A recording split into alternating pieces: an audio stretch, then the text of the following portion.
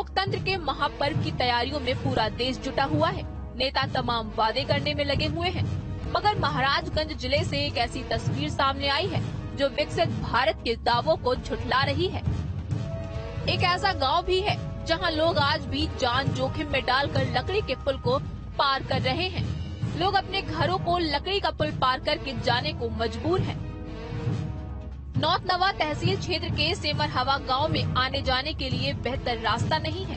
गांव में जाने के लिए इस समय नाव और बांस बल्ली का पुल ही एकमात्र रास्ता है, जिससे नदी पार कर गांव में लोग पहुंचते हैं।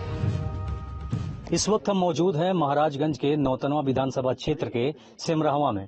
यहाँ कुछ ग्रामीण हैं, इनकी समस्याओं को जानेंगे और गांव की क्या मुख्य समस्याएं हैं। और ये नदी का जो परेशानी है, बाढ़ के दिन में बच्चों को पढ़ने में, और उसके बाद ये जो महिलाएं मान लीजिए गर्भवती हैं, एम्बुलेंस नहीं जा पाता है। कोई अगर जो बीमार है तब भी एम्बुलेंस नहीं जा पाता है। और बाढ़ आती है तो यहाँ के लोग भाग भाग करके हमारे यहाँ जा करके कहीं स्कूल में, कहीं यहाँ इधर उधर रहते हैं।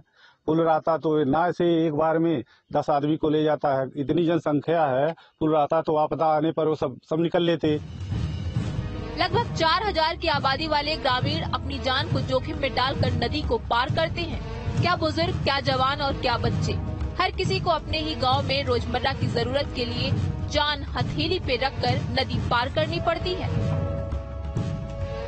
न्यूज स्टेट की टीम जब ग्राउंड जीरो पर पहुंची तो जमीनी हकीकत की पड़ताल की तो मामला बेहद ही चौंकाने वाला था। ग्रामीणों ने बताया कि बरसात के दिनों में यह लकड़ी का पुल पूरी तरह से डूब जाता है, जिसके बाद नदी को पार करने के लिए नाव चलती है।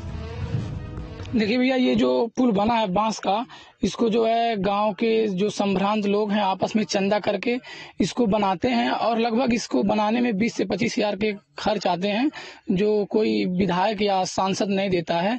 ये गांव वाले और गांव के प्रधान जो भी जिम्मेदार लोग हैं मिलके बनाते हैं। मेहनत करके लगभग 10 दिन लगता है इसको बनाने में। चुनाव के समय में जनप्रतिनिधि उनके पास पहुंचकर पुल को बृहद रूप से बनाए जाने का आश्वासन देकर लौट जाते हैं, मगर चुनाव खत्म होने के बाद कोई पूछने नहीं आता। पुल का निर्माण न होने के कारण यहाँ के ग्रामीण खुद एक दूसरे से चंदा जुटाकर खुद ही पुल बनाते हैं। बांस बल्ली से बना पुल ज्यादा दिन नहीं टिक पाता। बरसात के समय में पड़ोसी देश नेपाल से छोड़ी गई नदियों के पानी से जलस्तर इतना बढ़ जाता है कि अब पुल डूबकर नष्ट हो जाता है। इसके बाद ग्रामीणों के लिए केवल नाव ही एक सहारा होती है। माता जी, क्या लगता है इस बार गांव में क्या विकास हो पाया है और चुनाव का क्या मुद्दा रहा? विकास संसद और विधायक के जरिए कोनो विकास नहीं बा। प्रधान के जरिए थोड़ मोड़ आयल हल भइल बा। सबसे समस्या हमारे यहाँ पुल का बा भैया। हाँ, बीमार बनई, गर्भवती बनई, लड़के बच्चे सब बाढ़ में परेशान हो जाने। इतना ही नहीं, जब हमारी टीम ने गांव में पहुंचकर स्थानीय लोगों से बातचीत की तो पता चला कि गांव में लगभग 100 से ज्यादा पुरुषों की शादी अब तक नहीं हो पाई है। 12 महीने हो जाते हैं हम लोग का शादी क्या हो नहीं पा रहा है। यहाँ पे लड़की लोग की शादी हो जाता है और लड़के लोग का नहीं शादी हो पाता है। जो भी आता है लड़की वाला नदी से घूम के चले जाता है आपकी। जाहिर है, चुनाव के वक्त यहाँ आश्वासन तो बहुत मिलते हैं, लेकिन चुनाव बाद यहाँ कोई झांकने भी नहीं आता। यही वजह है कि गांव छोटी छोटी सुविधाओं के लिए भी तरस रहा है।